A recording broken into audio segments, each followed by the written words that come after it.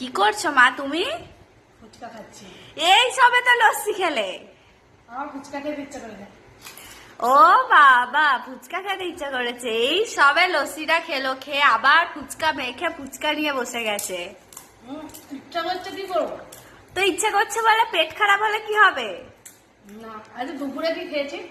দুপুরে আবার rice chicken, তারপর লস্যি, তারপর আবার তুমি ফুচকা, মানে পেটটার কি খারাপ যদি হয়েছে?